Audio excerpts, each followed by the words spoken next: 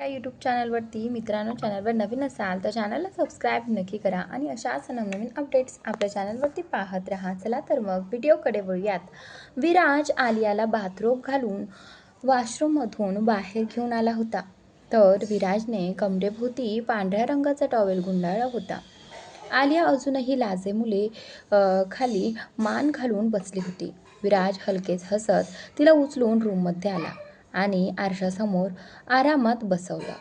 त्यानंतर त्याने प्रेमाने टॉवेलने तिचे केस पुसत हेअर ड्रायरने वाळवायला सुरुवात केली. आलिया अजूनही नजर खाली करूनच बसली होती आणि विराज तिच्याकडे पाहत हलकेच स्मित करत तिचे केस सुकवत होता. विराज हळूच तिच्या जवळ झुकला आणि तिच्या कानात म्हणाला, "wifey, please look at me." Alia मात्र अजूनही त्याच्याकडे न पाहता मान हलवत म्हणाली, "नो, यू आर शेमलेस." त्यावर विराज हसत म्हणाला, "इट्स ओनली फॉर यू वायफी." हे ऐकताच आलियाने हलकेच त्याच्या छातीवर मूठ मारत म्हणाली, "काल रात्री तुम्ही मला खूप थकवले आणि सकाळी पण." इतकं बोलून ती लगेच शांत झाली आणि पुन्हा लाजून नजर खाली केली. विराजने भुवया उंचावत मिश्किलपणे विचारलं, "सकाळी पण काय वायफी?" पण आलिया काहीच बोलली नाही. तिची ती अवस्था पाहून विराजच्या ओठांवर खटाळ हास्य उमटलं. तो पुन्हा म्हणाला, "मी असं काय केलं रात्री आणि सकाळी?" आलियाने नकली राग दाखवत पुन्हा त्याच्या छातीवर मारलं आणि म्हणाली, "तुम्ही ना खूपच वेगळे आहात." त्यावर विराज लगेच म्हणाला, "वायफी, हे वेगळं म्हणजे काय?" आलिया घाईघाईने म्हणाली, "काही नाही." असं म्हणत ती लाजून त्याला हलकंसं दूर ढकलू लागली. तेवढ्यात तिची नजर बेडवर ठेवलेल्या एका पॅकेटकडे गेली. तिने ते उचललं आणि सरळ वॉशरूममध्ये निघून गेली. विराजही हसत दुसरं पॅकेट घेऊन चेंजिंग रूममध्ये गेला. काही वेळात दोघेही तयार होऊन रूमच्या बाहेर आले आणि थेट त्यांच्या विलाकडे निघाले. विराजच्या चेहऱ्यावर मोठं समाधान हास्य होतं. तर आलिया लाजेमुळे खिडकीबाहेर नजर लावून बसली होती. दुसरीकडे एक मुलगा पूर्ण रात्र बारमध्ये बसून दारू पित होता. अजूनही तो त्याच अवस्थेत एका बेंचवर बसलेला होता. तेवढ्यात एक वेटर त्याच्या जवळ आला आणि म्हणाला, "सर, तुम्ही पूर्ण रात्र खूप ड्रिंक केला आहे. आता तुम्हाला इथून जावं लागेल." तो मुलगा एखाद्या श्रीमंत घरातील वाटत होता. त्याच्या डोळ्यामध्ये नशा स्पष्ट दिसत होती. ओठांवर वेदनांनी भरलेलं स्मित होतं. तो वेटरकडे पाहत पुटपुटला, "no, I want my baby. I want my Alia." वेटरला काही समजत नव्हतं. तो पुन्हा म्हणाला, "सर, तुम्ही काय बोलत आहात?" पण तो मुलगा फक्त एकच गोष्ट पुन्हा पुन्हा बोलत होता, "where are you Alia baby? Please come back. I want you badly." तेवढ्यात तिथे एक मुलगी आली. तिने वेटरला बाजूला करत म्हटलं, "you can go. I handle it." असं म्हणत ती त्या मुलाजवळ गेली आणि त्याचा हात पकडत म्हणाली, "बेबी, चल इथून." पण तो मुलगा लगेच म्हणाला, "नाही, पण मला तुझ्यासोबत कुठेही जायचं नाही. मला फक्त माझी आलिया हवी आहे." नशेमुळे त्याला त्या मुलीतच आलिया दिसू लागली. त्याच्या डोळ्यात चमक आली. तो तिच्या गळ्यात हात टाकत नशेतच म्हणाला, "बेबी, तू आलीस?" तो सतत तिच्याशी बोलत राहिला, "आलिया बेबी, तुला माहिती नाही मी तुला किती मिस करत होतो. मी तुझ्याशिवाय राहू शकत नाही. आता मला सोडून जाऊ नकोस. मी तुला स्वतःपासून दूर जाऊ देणार नाही." तो सतत असंच काहीतरी पुटपुटत होता. समोर उभी असलेली ती मुलगी मात्र रागाने त्याच्याकडे पाहत होती. शेवटी तिने तिच्या माणसांना बोलावलं आणि त्या मुलाला घेऊन जाण्यास सांगितलं. काही वेळात ते सर्व कारमध्ये बसून पुढे निघाले. ती मुलगी त्या मुलाला सांभाळत होती. पण तो सतत तिला मिठी मारत तिच्या जवळ येत आणि एकच गोष्ट म्हणत होता, "Alia baby, I love you. I love you so much." हे सगळं ऐकून त्या मुलीच्या डोळ्यात राग आणखी वाढत होता. ती शांत बसली होती, पण तिच्या मुठी घट्ट आवळलेल्या होत्या. थोड्या वेळाने कार एका मोठ्या बंगल्यासमोर थांबली. ती मुलगी तिच्या माणसांना त्याला आत घेऊन जाण्यास सांगितलं.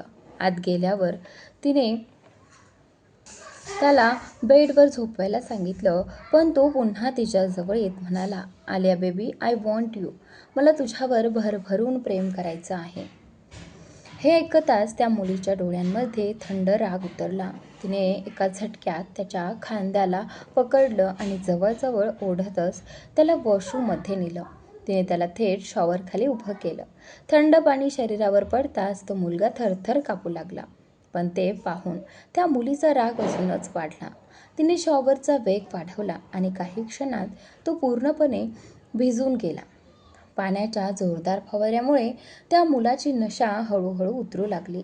त्याने डोळे चोळत हळूच उघडले आणि समोर उभी असलेल्या मुलीकडे पाहत म्हणाला,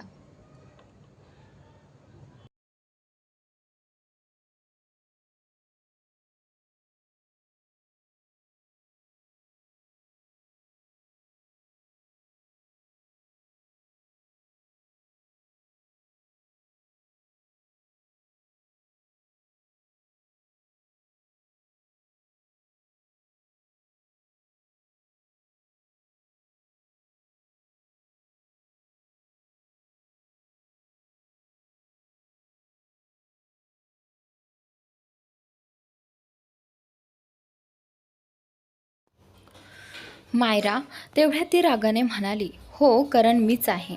तुला काय वाटलं? तुझी आलिया तुला वाचवायला आली आहे? तुला असं वाटतं का जसं तू तिच्यासाठी वेडा आहेस तशी तीही तुझ्यासाठी वेडी आहे? अरे तिचं लग्न झालंय आणि मला तर वाटलं होतं की तू माझ्यावर प्रेम करतोयस, पण नाही, तू तर फार मोठा धोकेबाज निघालास. लग्न माझ्याशी केलंस, नातं माझ्यासोबत बनवलंस. माझ्या पोटात तुझं मूल आहे आणि प्रेम मात्र तू आलियावर करतोयस. स्वप्न तिची पाहतोयस. अजून काय काय विचार केलास तू? हे बोलताना ती त्याला हलवत रागाने ओरडत होती. तेव्हा करणला आठवलं की तो नशेत आलियाचं नाव घेत होता. त्याने डोक्यावर हात ठेवला आणि लगेच मायराला समजावत म्हणाला, बेबी तू चुकीचं समजते आहेस. मी नशेत होतो. मला काही आठवत नाही मी काय बोलत होतो. आज पार्टीत तिची भेट झाली ना, म्हणून तुझ्याऐवजी तिचं नाव तोंडातून निघालं असेल. प्लीज माझ्यावर विश्वास ठेव. माझं प्रेम, माझं वेड, माझं सगळं काही फक्त तूच आहेस. हे ऐकताच मायरा त्याला झटकन दूर करत म्हणाली, बकवास बंद कर. तू खूपच बेशरम आहेस. लाज वाटली पाहिजे तुला. लग्न माझ्याशी केलेस आणि स्वप्न दुसऱ्या मुलीची पाहतोयस. हे बोलून तिने त्याला जोरात ढकललं आणि वॉशरूममधून बाहेर निघून गेली. करण तिच्याकडे जाताना पाहत स्वतःचे केस ओढत पुटपुटला, हे माझ्याकडून काय झालं? मी मायराला नाराज करू शकत नाही. शेवटी तिच्या पोटात माझं मूल आहे. जरी माझ्या मनात आलिया असली तरी मायरा देखील माझ्यासाठी महत्त्वाची आहे. आमचं नातं खूप खोल आहे. जर तिला किंवा माझ्या बाळाला माझ्यामुळे काही झालं तर? नाही, मी तिला कोणत्याही परिस्थितीत दुखावू शकत नाही. असा विचार करत त्याने पटकन शॉवर घेतला, कपडे बदलले आणि घाईघाईने वॉशरूममधून बाहेर येऊन मायराला शोधू लागला. रूममध्ये चारही बाजूंना पाहूनही मायरा त्याला दिसत नव्हती. तो इकडे तिकडे शोधत असतानाच त्याची नजर बाल्कनीकडे गेली. मायरा रेलिंगला टेकून उभी होती आणि समोर बघत कोणत्या तरी खोल विचारात हरवली होती. करण लगेच तिच्या जवळ गेला आणि तिला मागून मिठी मारत म्हणाला, आय एम सॉरी बेबी, मी तुला दुखावलं ना, पण माझ्यावर विश्वास ठेव. माझ्या आयुष्यात तुझी जागा कोणीच घेऊ शकत नाही. तू माझ्यासाठी सर्वात महत्त्वाची आहेस आणि मी तुझ्यावर खूप प्रेम करतो. हे ऐकून मायराच्या रागाने लाल झालेल्या डोळ्यांमध्ये थोडा शांतपणा आला. ती त्याच्याकडे पाहत म्हणाली, खरंच तू खरं बोलतोयस? करणने निरागसपणे मान हलवत उत्तर दिलं, हो बेबी, मी खरं बोलतोय. मी तुझ्यावर खूप प्रेम करतो. हे ऐकताच मायरा लगेच त्याच्या मिठीत शिरली. करणही तिला मिठी मारून हसत होता. पण मायराच्या ओठांवर एक कपटी हास्य उमटलं आणि ती मनातच म्हणाली, बेबी, मला माझं ध्येय गाठायचं आहे आणि त्यासाठी तू खूप महत्त्वाचा आहेस. कारण तूच ती पायरी ठरणार आहेस जी आलियाला पूर्णपणे उद्ध्वस्त करेल आणि त्यामुळे मला माझा अभय मिळेल. हा विचार करताच तिच्या ओठांवर एक वाकडी स्मितरेषा उमटली आणि तिच्या डोळ्यात एक वेगळी चमक दिसू लागली. दुसऱ्या बाजूला विराजची कार त्याच्या विलासमोर येऊन थांबली. कार थांबताच एक गार्ड पुढे आला आणि विराजच्या बाजूचं दार उघडलं. विराज कारमधून खाली उतरला.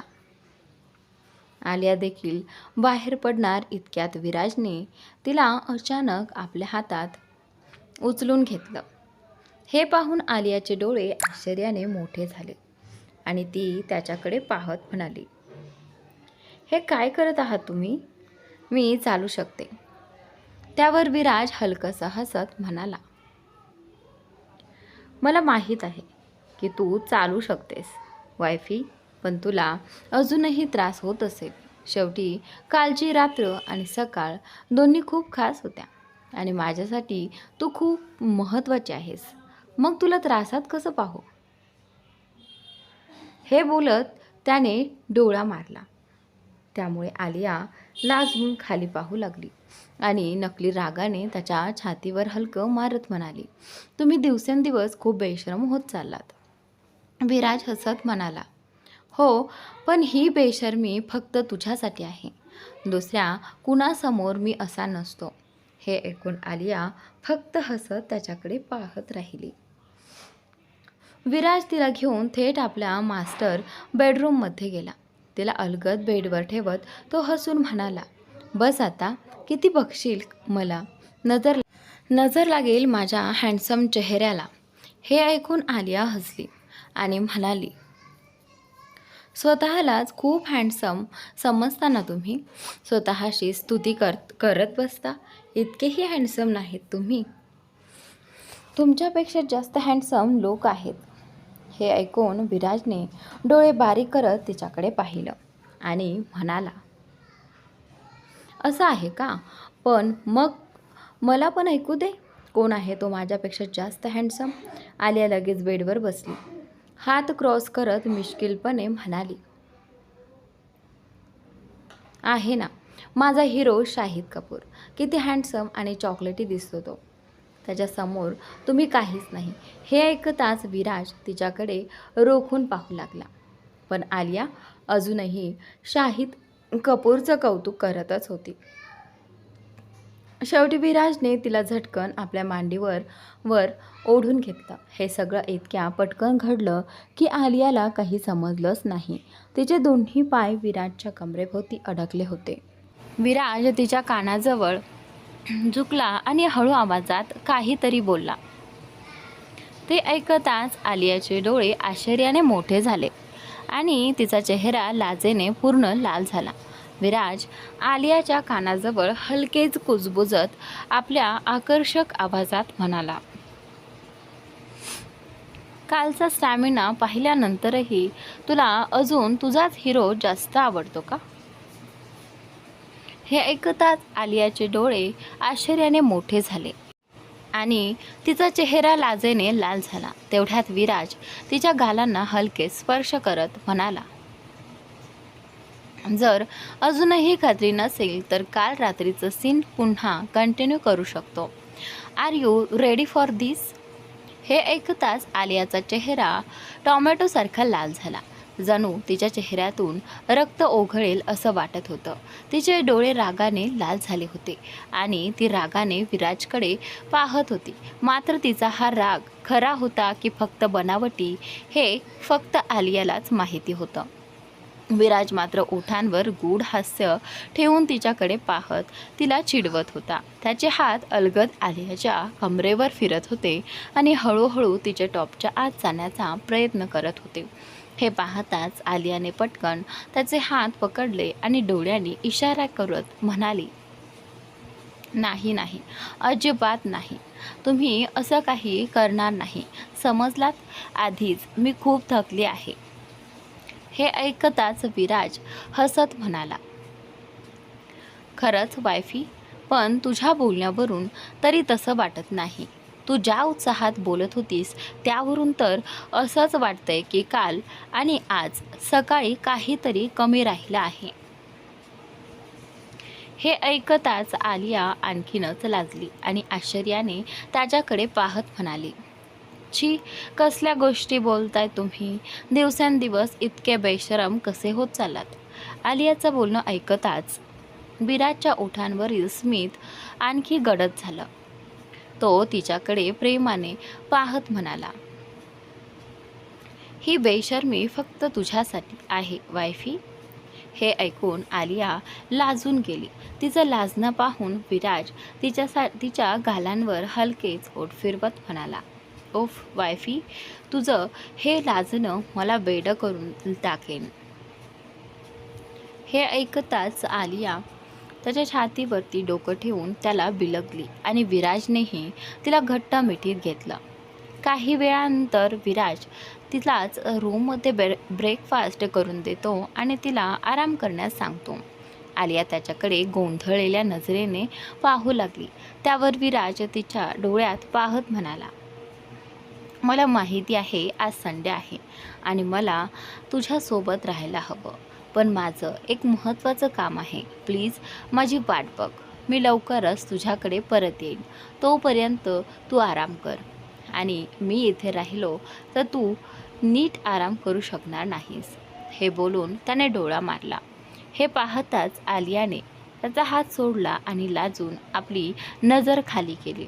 विराज तिची ती अवस्था पाहून हलकेस तिच्या गालावर किस करतो. तिच्या केसांवरून हात फिरवतो आणि रूमच्या बाहेर निघून जातो. रूमच्या बाहेर पडताच मात्र विराजचा चेहरा पूर्णपणे बदलून जातो. काही क्षणांपूर्वी त्याच्या चेहऱ्यावर असलेली खोडकर आणि मिश्किल भावना आता नाहीशी झाली होती. त्याचा चेहरा कठोर आणि गंभीर झाला होता. डोळ्यात रागाची लालसर छटा दिसू लागली होती. काल रात्री आलियासोबत जे घडणार होतं ते आठवताच त्याचा राग आणखी वाढू लागला.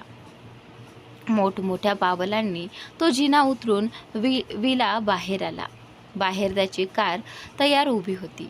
ड्रायव्हर कारचं दार उघडण्यासाठी पुढे येणार इतक्यात विराजने त्याला नजरेनेच थांबवलं आणि म्हणाला,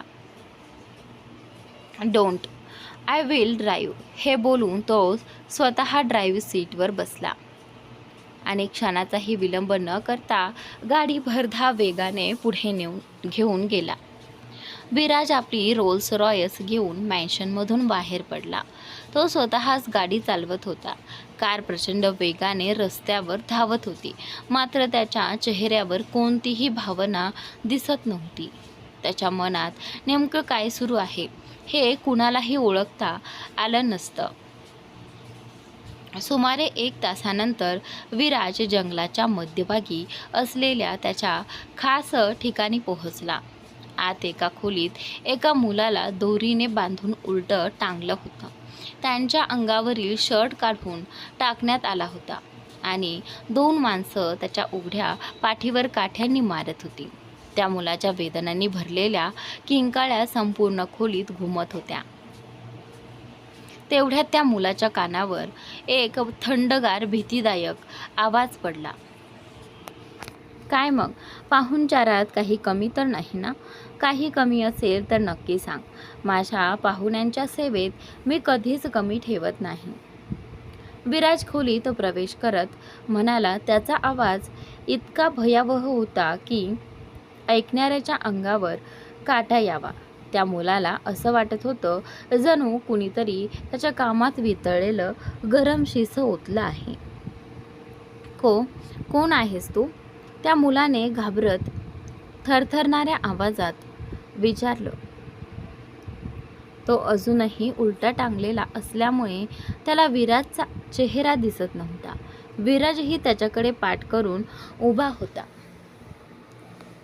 जसं विराज मागे वळला तसं त्याला पाहताच त्या मुलाच्या चेहऱ्यावरील रंग उडाला. त्याचं संपूर्ण शरीर भीतीने थरथर कापू लागलं आणि त्याच क्षणी विराजचा थरकाप उडणारा आवाज पुन्हा त्या मुलाच्या कानावर पडला. विराज पाहताच तो मुलगा काहीच बोलू शकला नाही. तो फक्त विस्फारलेल्या डोळ्यांनी त्याच्याकडे पाहत राहिला. त्या क्षणी विराज खूपच भयानक दिसत होता. हा तोच मुलगा होता ज्याने नशेत आलियासोबत गैरवर्तन करण्याचा प्रयत्न केला होता. विराजने रागाने त्या मुलाचे केस आपल्या मुठीत घट्ट पकडले आणि दात आवळत म्हणाला, माझ्या बायकोकडे डोळे वर करून पाहायची आणि तिला स्पर्श करायची हिंमत झालीच कशी तुझी? हे बोलून तो त्या मुलाकडे धारदार नजरेने पाहू लागला. याच हाताने स्पर्श केला होतास ना तू माझ्या बायकोला? असं म्हणत विराजने त्याचा हात जोरात मुरगळला. त्याच क्षणी त्या मुलाची वेदनांनी भरलेली किंकाळी खोलीत घुमली. तो मुलगा वेदनेने तडफडू लागला, पण विराजची पकड अजून घट्ट होत गेली. अचानक टक असा आवाज झाला आणि त्याच्या हाताचं हाड मोडलं. मुलगा आणखी जोरात ओरडला. विराजने त्याचा दुसराही हात तोडला. आता त्याचे दोन्ही हात निष्प्राणपणे खाली लोंबत होते. तो मुलगा असह्य वेदनेने ओरडत होता. त्याच्या आवाजात प्रचंड यातना होत्या, पण विराजच्या चेहऱ्यावर मात्र एक विचित्र शांतता दिसत होती. जणू त्या मुलाला तडफडताना पाहून त्याला समाधान मिळत होतं. विराजने त्याचा चेहरा वर उचलला आणि त्याच्या डोळ्यात पाहत म्हणाला, हेच ते डोळे आहेत ना ज्यांनी माझ्या आलियाकडे पाहिलं होतं? हे ऐकताच तो मुलगा भीतीने थरथर कापू लागला. क्षणाचाही विलंब न करता विराजने हातातील पेन जोरात त्यांच्या डोळ्यात खुपसलं. मुलगा पुन्हा एकदा भीषण किंकाळी फोडत वेदनेने तडफडू लागला. रक्ताचे थेंब विराजच्या शर्टवर उडाले. त्या क्षणी तो एखाद्या रौद्र राक्षसासारखा दिसत होता. विराज ओठांवर हलकी वाकडी स्मितरेषा आणत म्हणाला, पाहिलंस, एका पेनमध्ये किती ताकद असते. योग्य वेळी वापरलं तर काही सेकंदात सगळं संपू शकतं. हे बोलून तो मोठ्याने हसू लागला. त्यानंतर विराजने बंदूक उचलली आणि त्या मुलाच्या छातीत गोळ्या झाडल्या. सगळं संपल्यावर तो शांतपणे दुसऱ्या खोलीत गेला, कपडे बदलले आणि तिथून बाहेर पडला. संध्याकाळी विराज आपल्या विलामध्ये पोहोचला. कारमधून उतरून तो घाईघाईने लांब पावलं टाकत थेट मास्टर बेडरूममध्ये गेला. त्याच्या डोळ्यांना फक्त आलियाला पाहायची ओढ लागली होती. तिची भेट घेऊन तिला मिठीत घ्यावं आणि तिच्यावरती भरभरून प्रेम करावं असं त्याला वाटत होतं, कारण त्याच्या मनात अजूनही राग उसळत होता. आलियासोबत घडू शकणारा प्रसंग त्याच्या डोळ्यांसमोर सतत फिरत होता. तो खोलीत पोहोचला तेव्हा आलिया अजूनही शांतपणे झोपलेली होती. तिला इतक्या निर्धास्तपणे झोपलेलं पाहून इकडे विराजच्या ओठांवर नकळत हसू उमटलं. क्षणभरापूर्वी रागाने लाल झालेले त्याचे डोळे आता शांत होत होते. चेहऱ्यावरचा कठोरपणा मऊ झाला होता. काही क्षण तो फक्त आलियाकडे पाहत राहिला आणि मग शॉवर घेण्यासाठी वॉशरूममध्ये गेला. त्याला असं वाटत होतं की स्वतःला पूर्णपणे स्वच्छ केल्याशिवाय तो आलियाजवळ जाऊ नये. जरी त्याने कपडे बदलले होते तरीही तो स्वतःला पूर्णपणे फ्रेश करू इच्छित होता, जेणेकरून आलियाला कोणताही त्रास होऊ नये. सुमारे अर्ध्या तासानंतर विराज वॉशरूममधून बाहेर आला. त्याने हलक्या रंगाचा बाथरोब घातला होता. तो हळूच बेडकडे गेला. आलिया अजूनही शांतपणे झोपलेली होती. ते पाहून विराजला थोडंसं वाईट वाटलं. त्याला ती उठावी आणि त्याच्याशी बोलावं, त्याच्यावर प्रेम करावं असं वाटत होतं. तो तिच्या कानाजवळ गेला आणि हळू आवाजात म्हणाला, वाईफी, हे अजिबात फेअर नाही. इतका वेळ झोपायचं नसतं. उठ ना, संध्याकाळ झाली आहे. आलिया झोपेतच कूस बदलत पुटपुटली, नाही, फक्त 5 मिनिटं अजून झोपू द्या. हे ऐकून विराजच्या ओठांवर खोडकर हसू उमटलं. तो हसत म्हणाला, जर तुला अजून झोपायचं असेल तर मीही येतो तुझ्यासोबत. असं म्हणत तो तिच्या ब्लँकेटमध्ये शिरला आणि पुढच्याच क्षणी आलियाच्या तोंडून हलकीशी किंकाळी बाहेर पडली. विराज आलियाच्या चादरीत शिरला आणि तिच्या पाठीमागून तिला पकडून जोरात स्वतःकडे ओढलं. त्यामुळे आलियाच्या तोंडून हलकीशी किंकाळी बाहेर पडली. ते पाहून विराजच्या ओठांवर एक खट्याळ स्मित उमटलं. तो तसाच हसत तिच्यावर झुकला. आलियाचे डोळे अजूनही अर्धवट मिटलेले होते. ती अधखुल्या डोळ्यांनी सगळं पाहत होती, पण जसं तिला स्वतःवर कुणाचं वजन जाणवलं तशी ती घाबरली. तिने पटकन डोळे उघडले आणि स्वतःच्यावर विराजला पाहून तिचे डोळे आश्चर्याने मोठे झाले. आलिया विराजच्या खांद्यावर हात ठेवून त्याला दूर ढकलण्याचा प्रयत्न करत म्हणाली, हे तुम्ही काय करत आहात? माझ्यापासून दूर व्हा. हे ऐकताच विराजच्या ओठांवरील स्मित आणखी गडद झालं. तो तिच्या चेहऱ्याकडे झुकत तिचे दोन्ही हात आपल्या बोटांमध्ये अडकवत बेडवर हलकेच दाबत म्हणाला, व्हाय वायफी, हे काही नवीन नाहीये. आपण हे आधीही अनुभवलंय. मग पुन्हा एकदा प्रयत्न करूया ना. हे ऐकतच आलियाचा चेहरा लालबुंद झाला आणि तिचे डोळे लाजेने झुकले. ते पाहून विराजच्या चेहऱ्यावरचं स्मित अधिकच खुललं. तिची ती लाजरी अवस्था पाहून त्याने संधी साधत अलगद तिच्या ओठांवर आपले ओठ टेकवले. विराजच्या या अचानक कृतीने आलिया पुन्हा एकदा थोडी दचकली. ती त्याला स्वतःपासून दूर करण्याचा प्रयत्न करत होती, पण विराजने तिचे हात घट्ट पकडले होते. त्यामुळे तिला फारशी हालचालही करता येत नव्हती.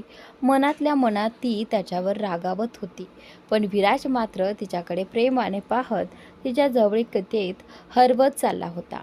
काही वेळातच दोघेही आपल्या भावनांमध्ये गुंतून गेले. वातावरणात एक वेगळीच रोमॅन्टिकता, शांतता पसरली होती. आलिया सुरुवातीला या सगळ्यासाठी तयार नव्हती, पण विराजच्या प्रेमळ वागण्यामुळे तीही हळूहळू त्याच्या भावना समजू लागली आणि त्याच्या सहवासात हरवून गेली. दोघेही त्यांच्या प्रेमाच्या दुनियेत रमून गेले होते. दुसऱ्या बाजूला करणने मायराला समजावून सांगितलं होतं आणि वरवर पाहता मायरा त्याच्या बोलण्याशी सहमत झाली होती, पण तिच्या मनात मात्र काहीतरी वेगळाच डाव सुरू होता.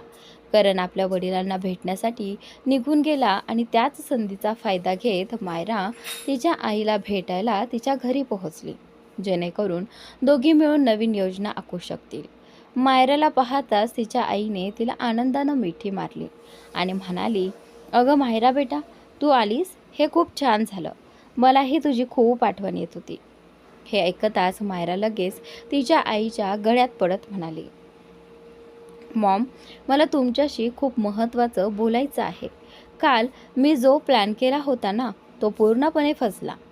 तिची आई शांतपणे म्हणाली, काळजी करू नकोस बेटा, एक प्लॅन फेल झाला म्हणजे सगळं संपत नाही. अजून खूप संधी मिळतील. तेवढ्यात अचानक मागून आवाज आला, कुठल्या प्लॅनबद्दल बोललं जातं इथे? तो आवाज ऐकताच दोघी मायलेकी दचकल्या. त्यांच्या चेहऱ्यावरचे रंगच उडाले. त्या दोघींनाही लगेच समजलं की हा आवाज कुणाचा आहे. मायराने मागे वळून पाहिलं तर तिचे वडील तिथे उभे होते. त्यांना पाहून मायरा आणि तिची आई दोघींचीही बोलती बंद झाली. मायराची आई मात्र खूप चालाक होती. तिने पटकन स्वतःला सावरत हसत उत्तर दिलं, अहो, तुम्ही चुकीचं समजत आहात. आम्ही तर फक्त फिरायला जाण्याचा प्लॅन करत होतो. खरं तर याचं लग्न झालंय, त्यामुळे हनीमूनलाही जायला हवं ना. पण हे म्हणत होती की मॉम, तुम्हीही आमच्या सोबत चला. मी तिला सांगत होते की हा तुमचा खास वेळ आहे, तुम्ही दोघंच जा, बस एवढंच बोलणं चालू होतं.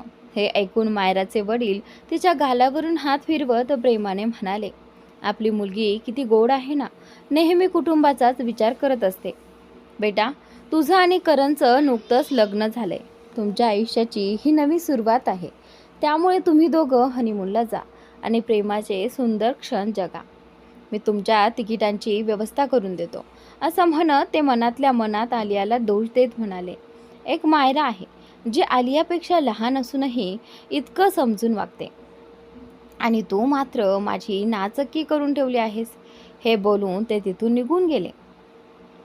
ते जाताच मायरा आणि तिची आई सुटकेचा निश्वास टाकत म्हणाल्या, थँक गॉड, वाचलो. तिची आई म्हणाली, डोंट वरी बेटा, तू काही काळजी करू नकोस. तसंही मी तुझ्या डॅडला पूर्णपणे माझ्या मुठीत ठेवलं आहे. ते चुकूनसुद्धा आपल्या दोघींविरुद्ध जाणार नाहीत. आईचं बोलणं ऐकून मायरा हसत म्हणाली, वा मॉम, तुम्ही असा कोणता जादू करता की डॅड पूर्णपणे तुमच्या जाळ्यात अडकतात? मायराच्या बोलण्यावर तिची आई हसत म्हणाली, अगं गप्प बस. असे प्लॅन कुणाला सांगायचे नसतात. आणि तू तू काय कमी आहेस? तूही तर करणला तुझ्या जाळ्यात अडकवून ठेवला आहेस. हे ऐकताच दोघी मायलेकी एकत्र हसू लागल्या आणि विराजला मिळवण्यासाठी नवीन प्लॅन आखू लागल्या. दुसऱ्या बाजूला जिया शॉपिंग मॉलमध्ये खरेदीसाठी गेली होती. तिला काही कपडे आवडले होते, पण तिथेच एका दुसऱ्या मुलीलाही तेच कपडे आवडले. त्यामुळे जिया आणि त्या मुलीमध्ये वाद सुरू झाला.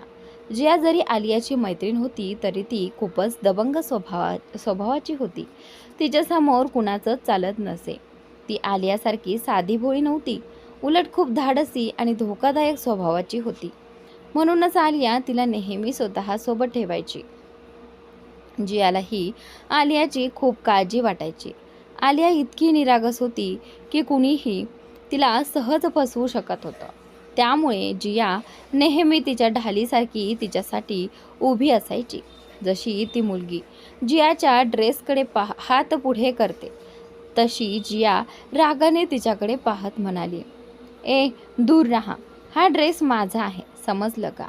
जा आणि दुसरा ड्रेस बघ. हे ऐकताच ती मुलगी, जी एखाद्या श्रीमंत घरातील वाटत होती, भुवया उंचावत म्हणाली, तुम्ही दूर राहा. आणि ही कसली टपोरी भाषा वापरताय? तुम्हाला जरासुद्धा आनंद आहे का? तुम्ही कसं बोलत आहात? हे ऐकताच जियाचा राग आणखी वाढला. ती म्हणाली, ओय, मला टपोरी म्हणतेस? आधी स्वतःला बघ. चल दुसरीकडे जा आणि तुझा रस्ता पकड. हे ऐकून ती मुलगी आणखी चिडली आणि रागाने म्हणाली, व्हॉट रबिश. न जाणे कसे कसे लोक या मॉलमध्ये येऊ लागले आहेत. असं म्हणत ती स्टाईलमध्ये केस झटकत तिथून निघू लागली. तिचं बोलणं ऐकून जियाचा संताप आणखी वाढला. तिने क्षणात तिचा हात पकडून मागे वळवत रागाने म्हणाली, आज बोलून गेलीस, पण पुन्हा कधी जियाशी पंगा घेऊ नकोस. तुला कल्पना नाही जिया काय चीज आहे ते. जिया असा बॉम्ब आहे जो फुटला तर आवाजही येत नाही, समजलं? असं म्हणत ती तिचा हात आणखी घट्ट पकडू लागली. त्यामुळे त्या मुलीच्या चेहऱ्यावर वेदना स्पष्ट दिसू लागल्या. ती मुलगी वेदनेने कळवळत म्हणाली, प्लीज माझा हात सोडा. हे पाहून जियाने लगेच तिचा हात सोडला. त्यामुळे ती मुलगी तोल जाऊन थेट जमिनीवर पडली. तिने तिच्या हाताकडे पाहिलं तर त्यावर जियाच्या बोटांचे लाल निशाण उमटले होते. हे पाहून जियाच्या ओठांवर एक धोकादायक स्मित उमटलं आणि ती तिथून निघून गेली. ती मुलगी ही रागाने पाय आपटत तिथून निघून गेली. त्या दोघी गेल्यानंतर मॉलच्या एका साईड डोअरजवळ उभा असलेला एक माणूस हे सगळं पाहत होता. जियाचे हे रूप पाहून त्याच्या डोळ्यात आश्चर्य दाटलं. तो मनातच म्हणाला, बापरे, ही मुलगी काही साधी नाही, अगदी ॲटम बॉम्ब आहे. हिच्यापासून लांबच राहिलेलं बरं, नाही तर कधी माझ्यावर फुटेल काही सांगता येत नाही. त्या दिवशी फक्त हलकंसं किस केलं होतं आणि तिने माझी अशी हालत केली होती. हे आठवताच त्याच्या चेहऱ्यावर भीतीचे भाव स्पष्ट दिसू लागले. तो मनातच पुन्हा म्हणाला, बेटा, हिच्यापासून जपून राहा, नाहीतर ही मुलगी तुला सहज संपवेल. तेवढ्यात कुणीतरी त्याच्या खांद्यावर हात ठेवला. अचानक खांद्यावर हात पडताच तो मुलगा घाबरला आणि पटकन मागे वळला. समोर उभ्या असलेल्या व्यक्तीला पाहताच त्याच्या डोळ्यातलं आश्चर्य आणखी वाढलं आणि त्याच्या चेहऱ्यावर भीती स्पष्ट दिसू लागली. मायरा तिच्यासोबत बोलताना खूप खुश होती. दोघीही गप्पा मारत असताना मायरा तिच्या आईला म्हणाली, का नाही आपण आपला प्लॅन एक्झिक्यूट करण्याआधी आलियालाही आपल्या जाळ्यात अडकवू. हे ऐकताच तिची आई म्हणाली, कसं बेटा? त्यावर मायरा म्हणाली, का नाही, आपण आलियाला पुन्हा ऑफिसमध्ये आणू. त्यामुळे आपल्याला जास्त संधी मिळेल. ती ऑफिसमध्ये राहील आणि अशा प्रकारे ती विराजपासून दूर राहील.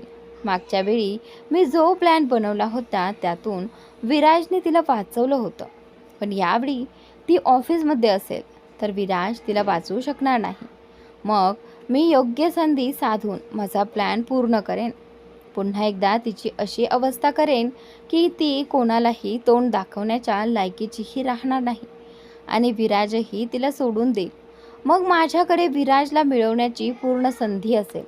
त्यावर तिची आई म्हणाली, वा बेटा, ही तर खूपच छान आयडिया आहे, पण तुझ्या डॅडला तयार करणं खूप कठीण आहे.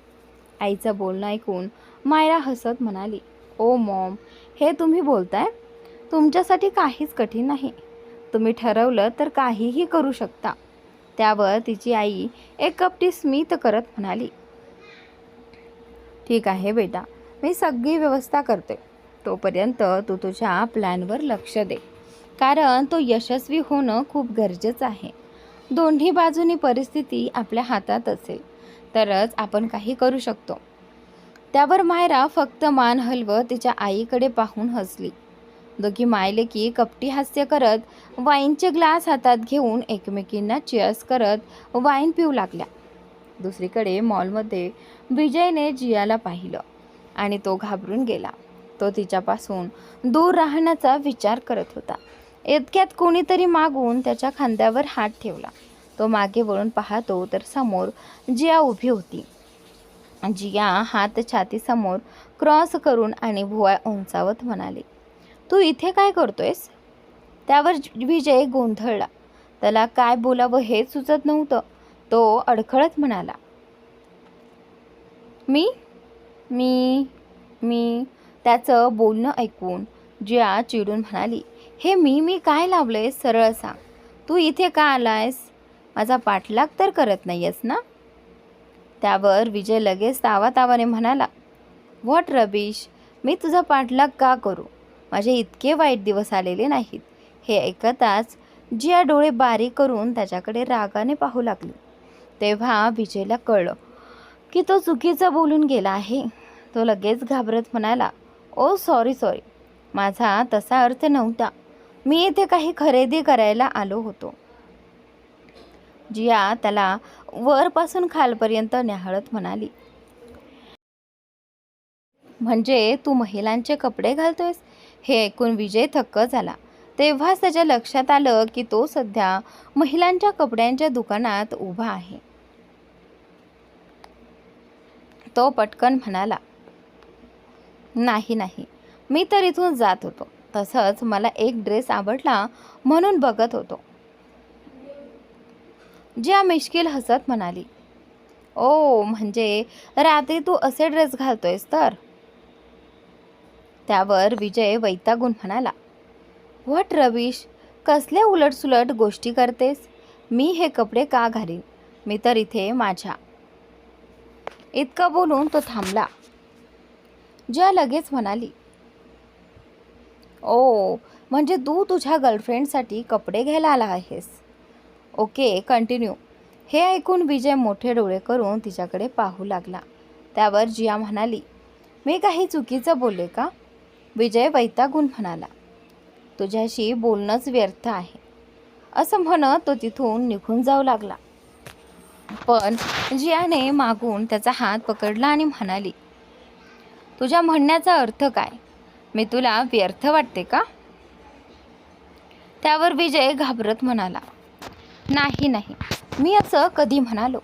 अचानक त्याला त्या मुलीसोबत जियाचं वागणं आठवलं. तो पटकन मान हलवत म्हणाला, नाही, तसं काही नाही. मी तर सहज बोललो. आता मला निघायला हवं. मला खूप महत्त्वाचं काम आहे. बॉसकडेही जायचं आहे. त्यांचा कॉल आला होता. असं म्हणत त्याने पटकन जियाच्या हातातून स्वतःला सोडलं आणि जणू काही त्याच्या मागे कुत्रा लागला आहे अशा घाईने तिथून पळ काढला. विजयला असं पळताना पाहून जियाचं तोंड आश्चर्याने उघडच राहिलं. ती स्वतःशीच म्हणाली, हा माणूस आहे की पायजमा? काही समजत नाही. काय बोलत असतो? असं म्हणत तिने मान हलवली आणि पुन्हा तिचा ड्रेस घ्यायला निघून गेली. दुसरीकडे विराज आलियाला प्रेमाने आपल्या मिठीत घेऊन बसला होता.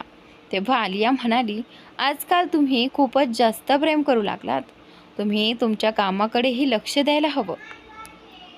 त्यावर विराज हसत म्हणाला, ओहो वायफी, डोंट वरी. तुमच्या नवऱ्याने इतकं कमावलं आहे की आपण दोघं आयुष्यभर बसून खाल्लं तरी पैसे कमी पडणार नाहीत.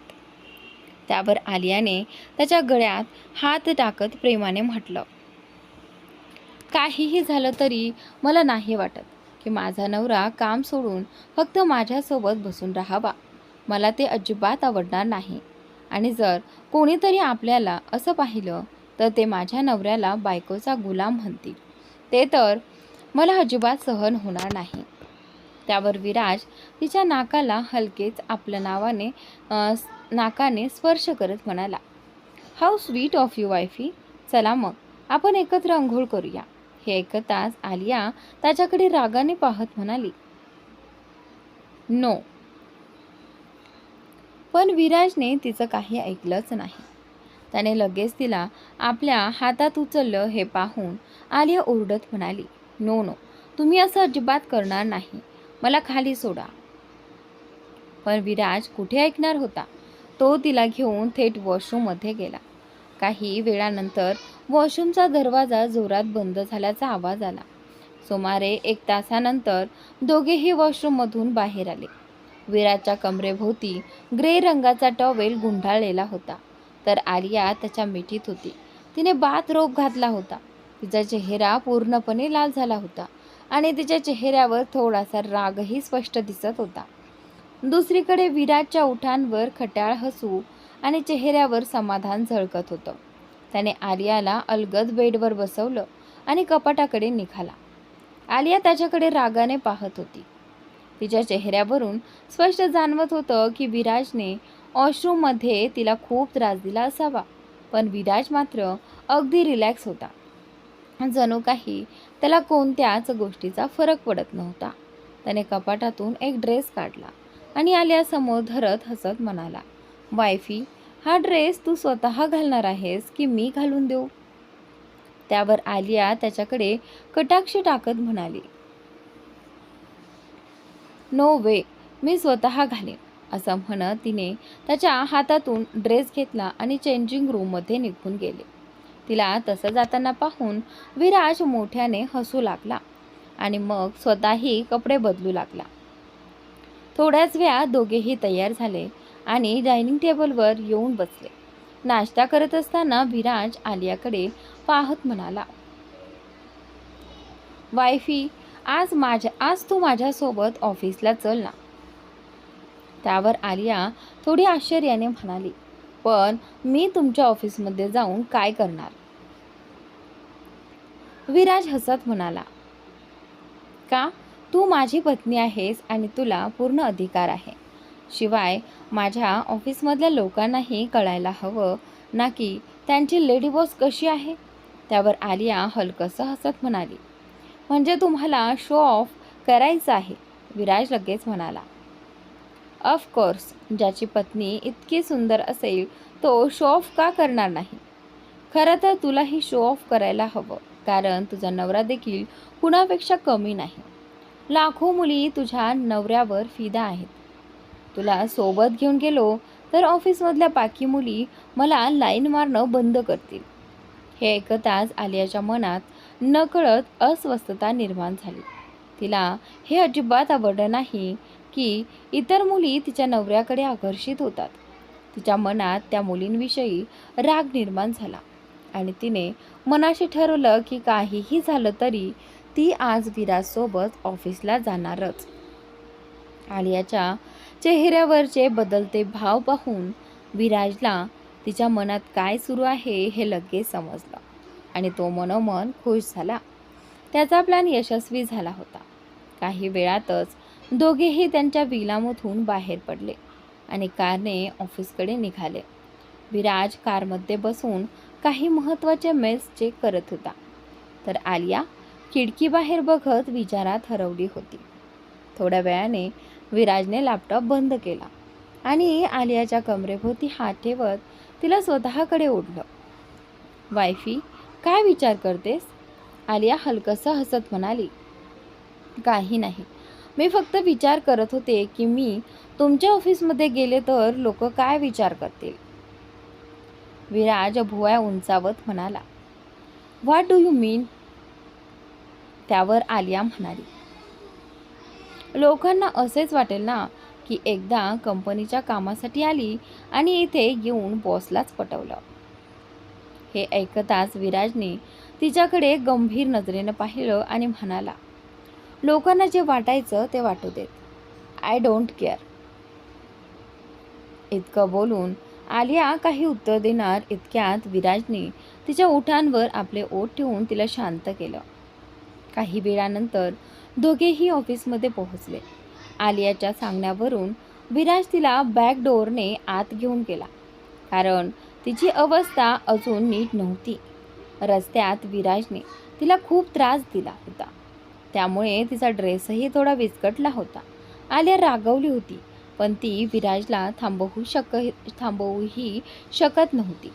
नवीन प्रेमात माणूस आपल्या प्रिय व्यक्तीच्या सहवासात हरवून जातो. अगदी तसंच काहीसं विराजचं झालं होतं. ऑफिसमध्ये आल्यावर आलिया खूप थकलेली होती, त्यामुळे विराजने तिला आपल्या केबिनमध्ये जाऊन आराम करायला सांगितलं आणि स्वतः कामाला लागला. सुमारे 1 तासानंतर ऑफिससमोर एक कार येऊन थांबली. त्यातून एक मुलगी बाहेर उतरली. तिने हाय हिल्स आणि शॉर्ट स्कर्ट घातला होता. ती दिसायला खूप स्मार्ट आणि सुंदर होती, पण तिच्या चेहऱ्यावर जास्त मेकअप होता. तिचे कपडे खूपच बोल्ड होते आणि केस मोकळे सोडलेले होते. डोळ्यांवर स्मोकी मेकअप असल्यामुळे ती आणखी आकर्षक दिसत होती, पण तिच्या चेहऱ्यावरचा गर्व स्पष्ट जाणवत होता. ती आत्मविश्वासाने कंबर हलवत ऑफिसमध्ये शिरली. तिच्या सँडलच्या टकटक आवाजासोबत ती पुढे जात होती. ऑफिसमध्ये शिरताच तिने एक नजर संपूर्ण ऑफिसवर फिरवली आणि तिच्या ओठांवर हलकीशी तिरकी स्मित रेषा उमटली. मग ती रिसेप्शनकडे गेली. रिसेप्शनवर बसलेल्या मुलीकडे पाहत तिने आपल्या डोळ्यांवरील काळे गॉगल्स केसांमध्ये अडकवले आणि स्टाईलमध्ये उभी राहत म्हणाली, मी विराजला भेटू शकते का? तिचं बोलणं ऐकून रिसेप्शनिस्टने तिला वरपासून खालपर्यंत निरखून पाहिलं. ती रिसेप्शनिस्ट खूप साधी, निरागस आणि गोड दिसत होती, पण त्या मुलीचा ॲटिट्यूड पाहून तिला खूप राग येऊ लागला. ती मुलगी वारंवार केस झटकत होती आणि स्वतःचं प्रदर्शन करत असल्यासारखी वागत होती. रिसेप्शनिस्टने थोड्या कठोर आवाजात विचारलं, हू आर यू? आणि तुमच्याकडे सरांना भेटायची अपॉइंटमेंट आहे का? त्यावर ती मुलगी गर्वाने म्हणाली, मला अपॉइंटमेंटची गरज आहे का? मी विराजला भेटायला आले आहे. मी माझ्या कंपनीच्या वतीने इथे आले आहे. तुम्ही मला ओळखत नाही का? रिसेप्शनिस्ट चिडून म्हणाली, तुम्ही कोण आहात जे मी तुम्हाला ओळखायला हवं? ती मुलगी ॲटिट्यूडमध्ये हसत म्हणाली, मायराला ओळखत नाहीस? मी मायरा करणची पत्नी आणि शर्मा एंटरप्राइजेसच्या मालकाची मुलगी आहे. मी इथे माझ्या कंपनीच्या कामासाठी आले आहे. तुमच्या CEOला सांगा की मायरा आली आहे. फक्त माझे नाव सांगा, ते लगेच भेटायला तयार होतील, कारण ते मला खूप चांगल्या प्रकारे ओळखतात. हे बोलताना मायरा खूपच स्टाईल मारत बोलत होती. तिला अशा प्रकारे पाहून रिसेप्शनिस्टचा राग आणखी वाढत चालला होता. ती रागाने दात ओठात चावत म्हणाली, 1 मिनिट. तिने लगेच फोन उचलून कोणाला तरी कॉल लावला. काही रिंग्स नंतर विराजचा असिस्टंट कॉल उचलत म्हणाला, हो बोला, कशासाठी कॉल केला आहे? त्यावर रिसेप्शनिस्ट अतिशय नम्रपणे म्हणाली, सर, इथे एक मॅडम आल्या आहेत, मायरा मॅडम. त्यांना CEO सरांना भेटायचं आहे आणि त्या खूप ॲटिट्यूडने सरांना भेटण्याची मागणी करत आहेत. शेवटची ओळ तिने हळू आवाजात बोलली. मायराचं नाव ऐकताच रोहितला थोडं विचित्र वाटलं. तो मनात विचार करू लागला, ही मायरा कोण? मग त्याने लगेच रिसेप्शनिस्टला विचारलं, कोण मायरा? त्यावर रिसेप्शनिस्ट म्हणाली, त्या स्वतःला बजाज कंपनीच्या मालकाची मुलगी म्हणत आहेत आणि ऑफिसच्या कामासाठी आल्या आहेत. हे ऐकताच रोहित म्हणाला, त्यांना सांग, CEO सर कुणालाही सहज भेटत नाहीत आणि सध्या ते खूप बिझी आहेत. इतकं बोलून रोहितने कॉल कट केला. रोहितचं उत्तर ऐकून रिसेप्शनिस्टने फोन ठेवला आणि मायराकडे पाहत म्हणाली, हॅलो मॅडम, तुम्ही कोणही असाल, पण सरांनी तुम्हाला भेटण्यास स्पष्ट नकार दिला आहे. सध्या ते मीटिंगमध्ये आहेत आणि अपॉइंटमेंटशिवाय कुणालाही भेटत नाहीत. जर भेटायचंच असेल तर आधी अपॉइंटमेंट घ्या आणि इथे बसून वाट पहा. सर फ्री झाल्यावर ते तुम्हाला भेटतील. रिसेप्शनिस्टने हे अतिशय नम्रपणे सांगितलं होतं, पण मायरा मात्र गर्वाने भरलेली होती. ती आज ज्या उद्देशाने आली होती तो पूर्ण करूनच जाणार होती. तिला कोणत्याही परिस्थितीत विराजपर्यंत पोहोचायचं होतं, कारण तिला विराजला स्वतःचं बनवायचं होतं. रिसेप्शनिस्टचं बोलणं ऐकून तिला खूप राग आला, पण सध्या ती काहीच करू शकत नव्हती. शेवटी ती शांतपणे सोफ्यावर बसली आणि म्हणाली, ठीक आहे, माझं अपॉइंटमेंट घ्या आणि मला वेळ सांगा. हे बोलून मायरा समोरच्या सोफ्यावर जाऊन बसली. रिसेप्शनिस्ट तोंड वाकडं करत मनातच म्हणाली, कसले कसले लोक येतात इथे. हिला माहितीही नाही की बॉस तर हिला डोळ्यातही पाहणार नाहीत. ते आधीपासूनच लग्न केलेले आहेत. हे बोलताना तिला एक प्रसंग आठवला, जेव्हा तिने विराजला एका मुलीसोबत पाहिलं होतं. तेव्हाच तिला समजलं होतं की बॉसच्या आयुष्यात कोणीतरी खास आहे. त्यामुळे ती मायराकडे रागाने पाहत मनातच तिला दोष देत पुन्हा आपल्या कामात गुंतली. तिकडे मायरा सोफ्यावर बसून रागाने फणफणत होती. तिने लगेच आपल्या आईला कॉल लावला. दुसऱ्या बाजूने तिची आई कॉल उचलत म्हणाली, हो बाळा, पोचलीस का? त्याला भेटलीस का? त्यावर मायरा चिडून म्हणाली, मॉम, मी इथे बसले आणि मला अपॉइंटमेंटसाठी थांबवलं आहे. बघ ना, मला आत कधी जाऊ देतील कोण जाणे. हे ऐकून तिच्या आईलाही वाईट वाटलं. ती म्हणाली, काय, तुला आत जाऊ का देत नाहीत? शेवटी तू इतक्या मोठ्या कंपनीच्या मालकाची मुलगी आहेस. तुला तर थेट संधी मिळायला हवी होती. हे अजिबात बरोबर नाही. त्यावर मायरा म्हणाली, मॉम, मला माहीत नाही त्या रिसेप्शनिस्टने कुणाला तरी फोन करून मग मला हे सांगितलं. मुलीचं बोलणं ऐकून तिची आई काही क्षण विचारात पडली आणि मग म्हणाली, थांब बाळा, मी काहीतरी करते. हे ऐकताच मायरा आनंदाने म्हणाली, okay Maugham, I am waiting. हे बोलून तिने लगेच कॉल कट केला. साधारण 1 तासानंतर रिसेप्शनिस्ट मायराकडे पाहत म्हणाली, मॅडम, तुम्ही आता वर जाऊ शकता. हे ऐकताच मायरा ॲटिट्यूडने म्हणाली, पाहिलंच ना, मी आधीच सांगितलं होतं, मला वर जाण्यापासून कुणीही थांबवू शकत नाही आणि मी विराजला भेटूनच राहणार. हे बोलत तिने केस झटकले आणि थेट लिफ्टकडे निघाली. काही क्षणातच ती विराजच्या फ्लोअरवर पोहोचली, जो सर्वात वर होता. संपूर्ण ऑफिस पाहून मायराच्या मनातला लोभ आणखी वाढत चालला होता. ती मनातच विचार करत होती, खूप लवकर हे सगळं माझं होणार आहे.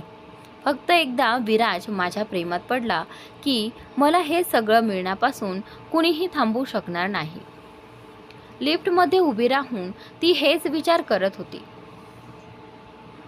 अचानक लिफ्ट थांबली आणि मायरा डौलात बाहेर आली.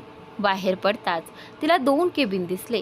त्यापैकी एका केबिनमध्ये एक व्यक्ती बसलेली होती, जी तिला विचित्र नजरेने पाहत होती. तिला पाहून रोहितच्या मनात संताप उसळला.